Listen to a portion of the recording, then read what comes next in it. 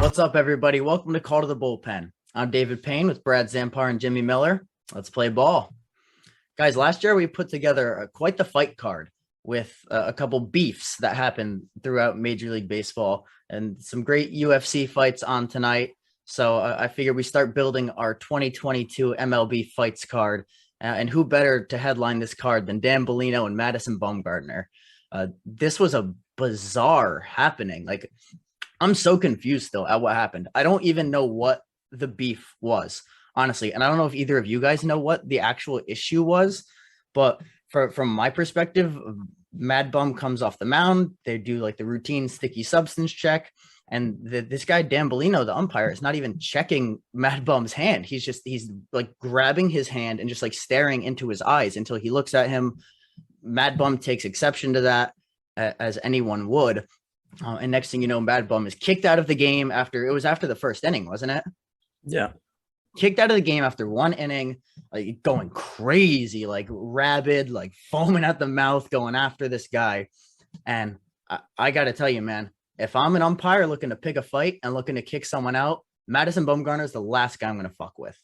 Madison Bumgarner is like, that dude could chop down a tree with his bare hands. I'm convinced. He is a lumberjack. He is like one of the biggest, most burly dudes in the league. He's the last guy I'm going to pick a fight with. This was just like, I don't know. Dan Bellino's a weirdo. This was just weird. He had a weird thing where he stared at Jose Bautista a few years back. He's weird. That's all it is to me. But are you guys looking forward to this on our fight card? Yeah, I think it had to do with Bumgarner not liking Bellino's strike zone. I think Bumgarner had some words. He wasn't even inning. Was he even the home plate ump? He wasn't even the home plate ump. Wasn't. No, he was. I think he was at first base. I think it was. Yeah, maybe with a home plate umpire. I think maybe Bellino took exception to Bumgarner not liking. Maybe he was trying to defend his the home plate umpire in that situation. Right. But yeah, still a very weird scenario. I don't know. Like, that's like the weirdest thing you could possibly do as an umpire is just stare somebody down. Yeah, especially not being a home plate umpire there. Like, it's not like you were getting yelled at. I get he wants to defend his fellow umpire, but come on, like, you can't do that. That's just weird. Yeah, I mean, you're basically going at this guy, and he might go as Madison Bumgarner, but inside the rodeo, he goes as Mason Saunders. This is a guy who actually rides bulls and can control a bull. You think you have any chance with him one-on-one? Like, if he took you into the dugout, you were screwed. Yeah, this guy can do 8 seconds on a bull. Dan Bellino is no problem for him. Dude, like, and Dan Bellino apologized. He was like, I'm sorry. I was told to umpire the games as if my kids were in the front row, and I didn't do that. Like, sure, the apology is a nice gesture, but when you're kicking the starting pitcher out in the first inning, the entire game is off. You threw the entire game off right there. And you not only threw that game off, but this is now a bullpen game. You threw probably the next 2 games off while the bullpen has to recover from having to pitch 8 innings in that game. So, the apology is a nice gesture, and it is good to see, like, the guy take responsibility and say, I messed up. But, like, this is incident at least number 2 that we have video of him having a staring issue, and your apology just doesn't correct, the lasting impact on the Diamondbacks. But the Diamondbacks suck anyways. They're not going to do anything anyway, so I guess it doesn't matter all that much. But you'd hate to see that happen. You hate to see it happen to any team, but you'd really see that, hate to see that happen when it matters. But Jimmy, I want to hear your thoughts on the crazy Mets comeback, because I was thinking that what was it, 7-1? 7-1 going into the top of the 9. I mean, that pretty much for me, that's turn the TV off and call it a night. But were you watching the whole time? Yeah, I was watching the whole time. I kind of turned something else on in the background, was kept it on my phone. But yeah, 7-1 going to the top of the 9th. Lindor hit a 2-run bomb to break an 0-for-18 slump. I'm like, whatever, it's still 7-3. And then they just kept, getting hits and walks. And then Nimmo off Corey Knebel hit a 2-run single off a curveball, kind of a shot right down the middle to make it 7-7. And then Starling Marte, who's been in the slump but starting to heat up, had a nice RBI double to drive Nimmo in and take the lead. And Diaz, big spot, has been coming through in big spots this year with the save. But yeah, this is the third big game of the season for the Mets. The Cardinals come back, the no-hitter, and now this game. So, I'm very thrilled as a Mets fan. These are the kind of wins you're going to need. This could mean the difference between 87 wins and 90 wins. So, yeah, I'm very excited. So I guess my big question is, does that game say more about the Phillies bullpen or the Mets offense?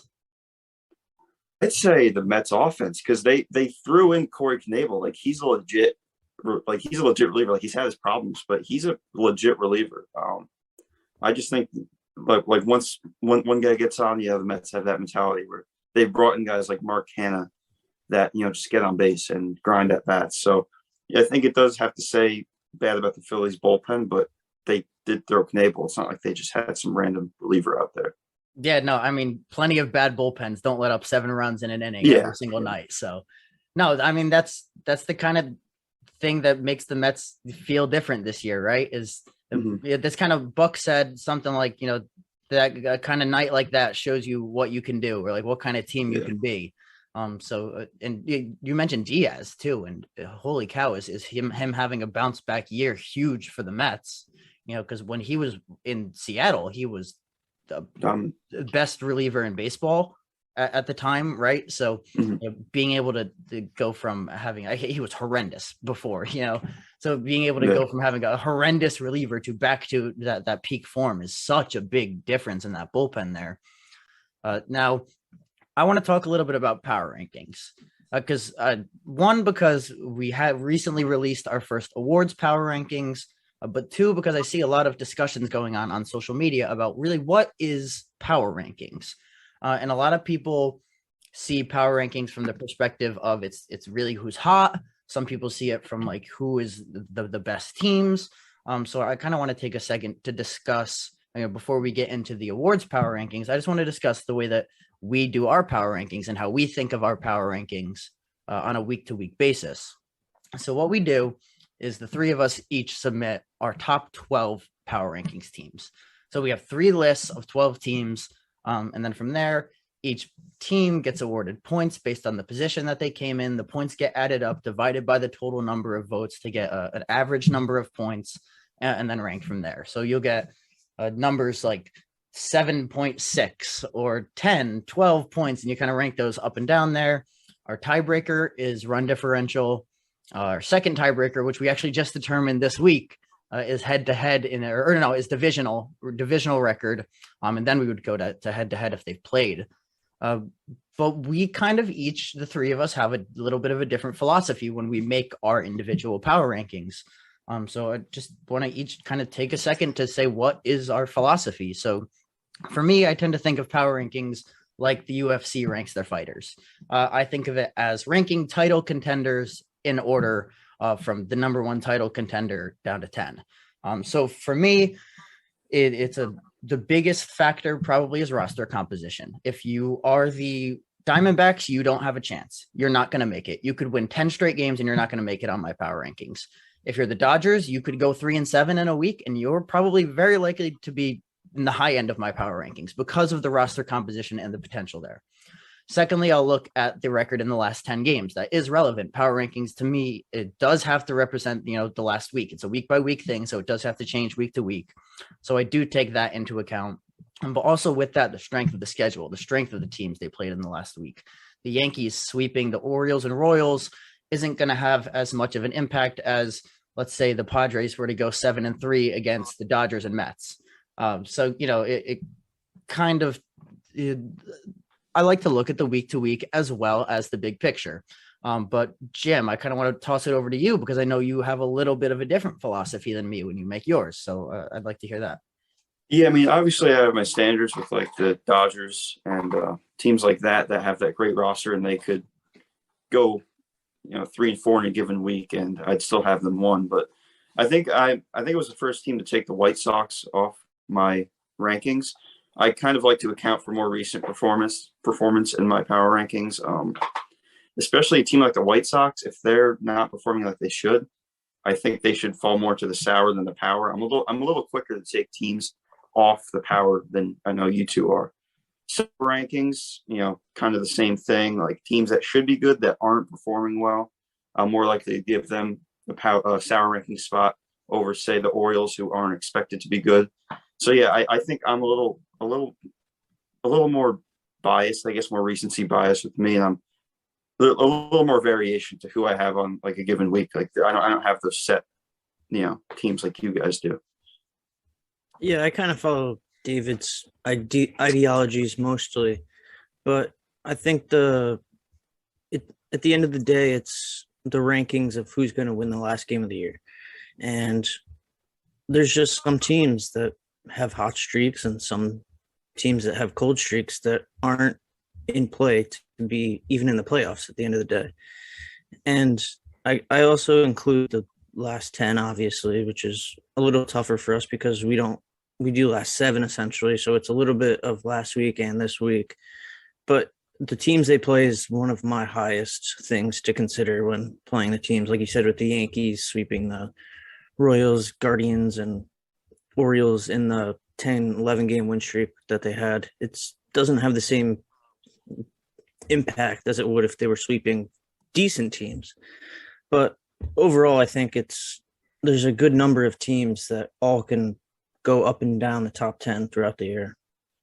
Yeah, we've had, I think that last week in the week 4 power rankings, 15 teams got top 12 votes.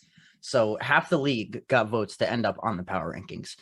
So you see these different ideologies that we all kind of have, I think helps us have a less biased power rankings. I think that when you get a couple of different perspectives, I might have the White Sox at 7, whereas Jimmy might have them on his sour rankings, so those different perspectives there, I think, give us a much better unbiased power rankings than other places, and especially than, Brad and I did last year when we were really on the same page a lot of the time. But I want to jump over to our awards power rankings real quick, which is going to go out on the first Thursday of every week, or of every month. Sorry, the first Thursday of every month, we'll do awards power rankings. So leading our AL MVP power rankings right now is Jose Ramirez of the Guardians. Leading the Cy Young is Justin Verlander of the Astros. Leading the AL Rookie of the Year is Joe Ryan of the Twins. Leading the AL Comeback Player of the Year, Justin Verlander × 2. And leading the AL Manager of the Year is the Angels' Joe Madden. Heading over to the National League Awards Power Rankings, leading the NL MVP, Mr. Manny Machado, Hakuna Machado. NL Cy Young, Jimmy's guy, Mad Max Scherzer. Leading the NL Rookie of the Year is Seiya Suzuki. The NL Comeback Player of the Year is Cody Bellinger. And the NL Manager of the Year, another one of Jimmy's guys in Queens, Buck Showalter. Which that's Brad and I's guy too, right? We ride with Buck for the rest of his life, I guess. He's going to go before us. But even after that, Buck's a legend. Legends never die, baby. So we ride with Buck till the end of time. Honorary Mets fans over here. So before we get into our players of the week here, we actually had a chance to talk to last week's AA player of the week, Trey Cabbage of the Rocket City Trash Pandas. I'm going to say that as much as I can because I love saying that sentence. So I'm going to say it every chance I get. But we're going to let you guys take a look at that interview right now. We got Trey Cabbage from the Rocket City Trash Pandas with us. Dude, that might be one of my favorite sentences to say. That sounds, I said it last episode, sounds straight out of a Mad Libs. But what's going on, man? Thanks for coming and talking to us. Hey, thanks for having me, boys. Good to be here. So you were our AA player of the week last week, which is, the highest honor that a minor league baseball player could get. But you had a heck of a week, man, but it was capped off by 121 mile an hour double. And I got to ask, as a guy who's been playing baseball his whole life, you see guys know, like when they hit a home run, they know right away and they do the bat drop and this and that. Was there something different when you hit that ball? Did you kind of know like, oh man, I pieced that one up? Or was that something that you found out post game that you really got a piece of that one? Well, take me through that moment. No, so I've been chasing it for probably about 4 years. I started to realize I could hit the ball pretty hard. And so I smoked that ball down the line. I get to the dugout and Whitey comes up to me and goes, 121. I went, no. He went, 121. Like, I was like, no, like I've chased it for 4 years. Like I'm never actually going to get there. It's just a bar that I have set to keep trying to annihilate baseballs. And so when I finally got to see like the street, they took a picture of the TrackMan numbers and I I was so happy in the dugout. I almost cried a little bit. It was pretty cool. That's awesome. What was your high number before that? 118. Oh wow, so you went up quite a few there. A 3 mile an hour jump. It was. I mean, still hit the ball pretty hard, but 118, and then that one actually set the record at 121. So that's awesome, man. You're always going to be the answer to a trivia question now. hopefully so. Brad, you want to talk a little bit about the jump from Minnesota to LA? Yeah, so it's your first year in the Angels organization after 7 with the Twins, and I'm sure you learned more than you ever could have imagined out in Minnesota with them. But yeah, I was wondering if after this amazing start that you're off to, is this really the journey that you really needed to really take the next steps forward in your career? Yeah, I love my time in Minnesota. I learned a lot. Was around a lot of good people, players, teammates, and staff. Coming over here, yeah, it was just a change of scenery. There were guys in the Twins organization that were just flat out better than I was. We're going to play in the big leagues before I was, and so obviously with my contract running out and being a free agent, I had to make a decision that was best and family wise. So I had to come somewhere that would have the opportunity to play and move up. And it's been a blessing to start this well this year so far. Jim, you want to jump in there a little bit? Yeah, so last night you hit an absolute moonshot of a walk-off grand slam off the batter's eye. Is that your first walk-off in professional baseball? And what did you do to celebrate after? Well, I had too many beers, as you can probably tell by looking at me.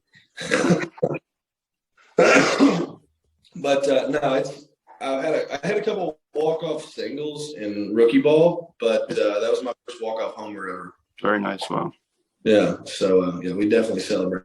So yeah, for sure. So, better moment for you, was it the walk-off slam? Was it breaking the record? Or was it breaking the rim on a putback dunk in high school? 100% the walk-off grand slam. Like that was the scenario that everybody like dreams of in their backyard. Like everybody says 3-2, 2 outs in the ninth, bases loaded. I was 2-2, 2 outs in the ninth, bases loaded. So that was it was euphoric, that's for sure.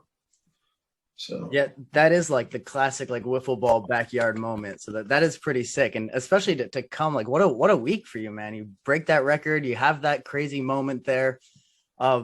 Jim, you want to ask something about rising through the levels?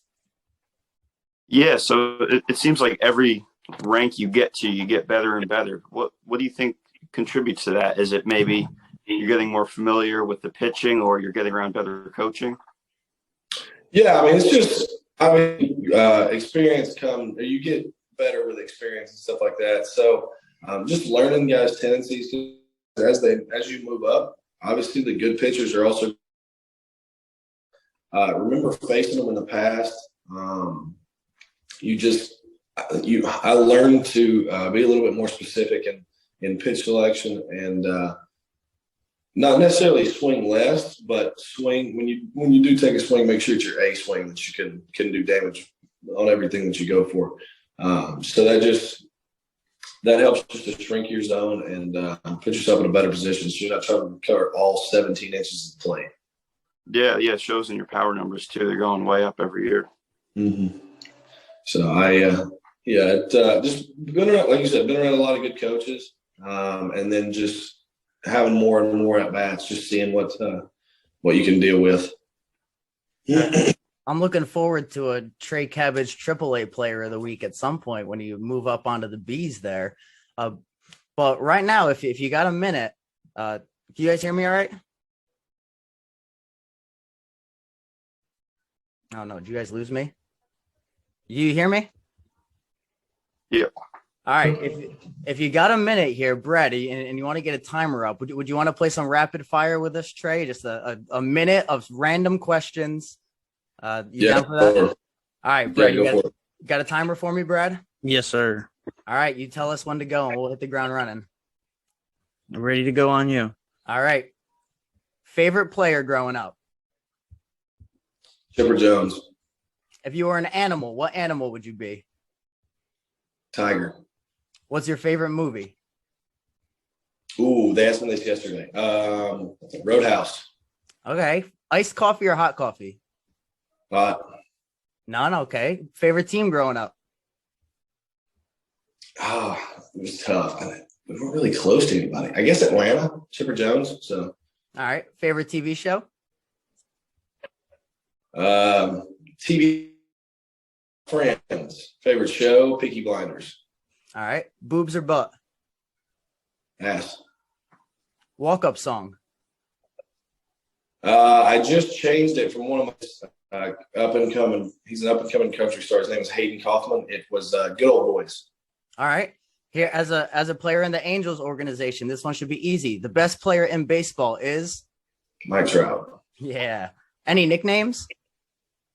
Cabby. They used to call me Repollo, which was cabbage in Spanish. So I always rolled with that one. Thought it was kind of sweet. Last question, David. Last question. All right. Who is someone who inspires you? My dad. That's a great answer. Yeah. I feel like that's always the right No answer, doubt. right? All right, man. Well, thank you so much for coming on and talking to you. We'll let you go so that you got time to. You got a game today, right? Yes, sir. All right. Who we playing today? Same guys as last night? Yeah, we got Sixkins Chattanooga this week. All right. Well, ball out for us today. Get a good hold of one for us. And thank you for coming and talking to us, man. We really appreciate you taking the time. Yeah, thanks for having me. Take Yeah, care. thank boys. you. Thank Hopefully you. we'll be giving See you ya. another Player of the Week nod later this year. Hopefully so.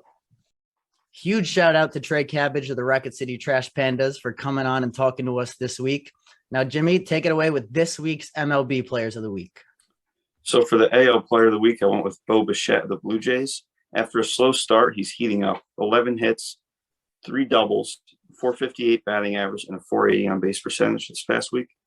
AL Pitcher of the Week and AL Rookie of the Week, I went with Josh Winder of the Twins. Over 2 starts, 2-0 record, 12 innings pitched, 15 strikeouts, and only 1 walk. So he's really doing well. NL Player of the Week, I went with Rowdy Tellez of the Brewers. Kind of a random name to throw out there, but he's doing very well. 11 hits, 4 home runs, 15 RBIs, and an OPS just over 1,500. NL Pitcher of the Week, I went with Carlos Carrasco of the Mets. 8 2/3 innings pitched, didn't allow an earned run, 5 strikeouts, and 2 walks. And NL Rookie of the Week, back-to-back, Mackenzie Gore of the Padres. He went 5 2/3 innings pitched, allowed just 1 earned run. And this season, I'd say he's the potential leader for the NL Rookie of the Year. His season ERA is at 171 over 21 innings pitched with 22 strikeouts. So he's as advertised. It was a really high-ranked prospect. So I'm excited to see what he could do. I'll give a little spoiler here. We already said Seiya Suzuki's leading the NL Rookie of the Year power rankings. Matt Gore is number 2. Matt Gore is up there. Matt Gore is making a push. I think Seiya got the nod from us because he was up for a little bit longer. But Matt Gore, after that performance, pushed himself to number 2. I forgot to mention before, if you guys want to see numbers 2 through 5 on those award power rankings at CTBP Pod, it's up on all platforms, TikTok, Instagram. What's the other one? Twitter? Is that what it is? Twitter. But Bradley, MILB Players of the Week. Let's hear it. Well, because something new this week, though, we should mention before we get into it. Something new is that we've split up the A Player of the Week into high A and low A. So we're really covering all 4 of those main levels of the minor leagues now. So take it away. Yeah. To start us off at AAA, it's going to be Charles LeBlanc. He's a third baseman for the Jacksonville Jumbo Shrimp. He's not on the Marlins top 30. He's 25. He was born in Canada, and he was a 4th-round pick by Texas, 2016. This week, he had 11 hits, hit 440. He had a 2-homer game, had a couple doubles. He also had 5 RBIs. On the AA level, it's Moises Gomez. He's an outfielder for the Springfield Cardinals. He's also not on the Cardinals top 30. He's 23 years old from Caracas, Venezuela, and he leads all of AA with a 1.457 OPS. He had 21 extra base hits and 300 plate appearances last year. He already has the 21 extra base hits this year and only 92 plate appearances.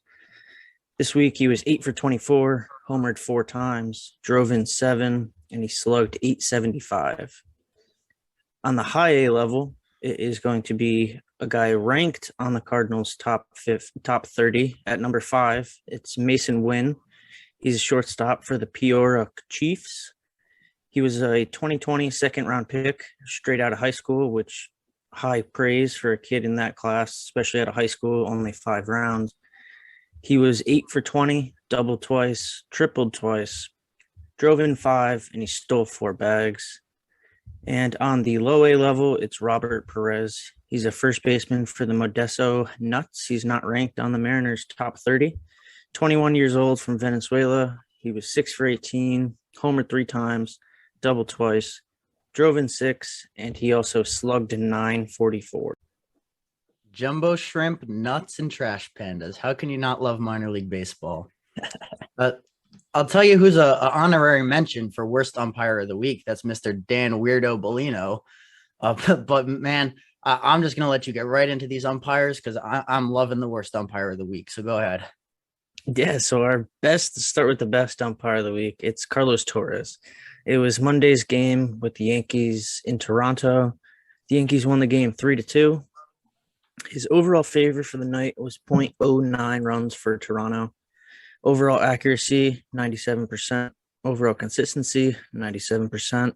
Called ball accuracy, 97%. And his called strike accuracy, 95%. And to our worst umpire of the week, which will be our only umpire to appear twice now, and it's both been on the worst list. It is Angel Hernandez. He did the game Thursday in San Diego with the Marlins in town.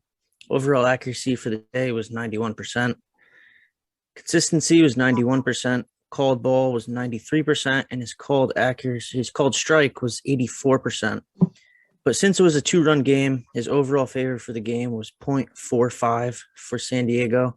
And I like to weigh that more in closer games when it's obviously a lot closer and you're under the microscope a bit more, and he just was awful. That's what he gets for making us look silly, for praising him and then embarrassing himself and us on Sunday Night Baseball. That's what you get, man. You embarrass Call to the Bullpen, you're going to end up the worst umpire. All right, we're going to kick it over to the top 5 plays of the week now. Here, there's kind of a one-handed drive to right field by Moran. And, oh, what a catch by Jack Sawinski to Rob Moran. It would have... Little pop. Dansby out. Demeritt in. So down and he got it. Demeritt makes a diving grab. Juan clears the mound. Backhand by Bo to get the out at first base. Back up the middle. Speared by Baez, and he flips to Candelario for the out at second. Oh, what a dazzling play by Javier Baez. That was... Oh, just fair ball here for Gary Sanchez. Hayes is going to have to play back deep. Sending home now. Kepler goes to the plate. Chirinos is out. Come on, Austin Hayes. Are you kidding me? Well, watch him get to this ball. And look, he throws it right over the top of both cutoff guys and all the way into home plate. One bounce, and there's your tag. Now we're going to send it over to Cooper with this week's colorized MLB photo of the week. Welcome back to Photo of the Week. This week's picture features Joe Gordon posing for a photo with his bat. Joe is a largely underrated player who was a key piece of the Yankees from 1938 to 1946. He missed 2 years due to military service in the 40s. In 7 seasons with the Yankees, Gordon was a 6-time All-Star as well as winning MVP in 1942, a year in which he beat out Ted Williams, who won the Triple Crown. He would finish top 10 in 2 other seasons, and have a career 5 World Series rings, 9 All-Star selections, an MVP, and a spot in the Hall of Fame. He was the first second baseman to hit over 20 home runs in a season and would go on to do so 7 more times in his career. After his career, he would go on to manage Cleveland, Detroit, and Kansas City. Thanks, and back to the guys. Heading to this week's Power and Sour Rankings. Power Rankings are presented by Fit and Faded. Fit and Faded promotes cannabis as a dietary supplement for fitness enthusiasts. Head over to fit-faded.com and use code BULLPEN to get 15% off your order. Jumping into the sour rankings first, the worst of the worst from the last week. The Reds are horrendous. They're so bad. If Joey Votto does not post a TikTok, they do not win. And they're so bad that someone even threatened to take a shit in the bed of the Toyota Tundra in center field. The game, I'm so upset that this game got postponed. The game got rained out. We're never going to know if the guy was actually going to take a dump or not and get out there. But man, I would have loved to have seen that. Sticking with the red theme, number 2 is the Red Sox, or the Red Sox as they've been playing lately. The kids are starving. The kids eat free when the Red Sox win, and the Red Sox are not winning. Number 3 is the Nats. Number 4 is the Oakland A's making an appearance. Number 5 is the Detroit Tigers. Heading to the power rankings this week, a little shakeup at the top. Number 5 is the Toronto Blue Jays. And then we're going to head to the coast for the next 4. 4, San Diego Padres. 3 to the Big Apple with Jimmy's New York Mets. Number 2, sticking in New York with the Yankees. And back to the West Coast for number 1 with the LA Dodgers. That's going to wrap it up for this week. Huge shout out to Trey Cabbage of the Rocket City Trash Pandas for coming on and talking to us. Check us out on social media at CTBP Pod, at The David Payne, at Brad Zampar, at Jimmy Miller. And we'll catch you guys back here next week with another episode. Play ball.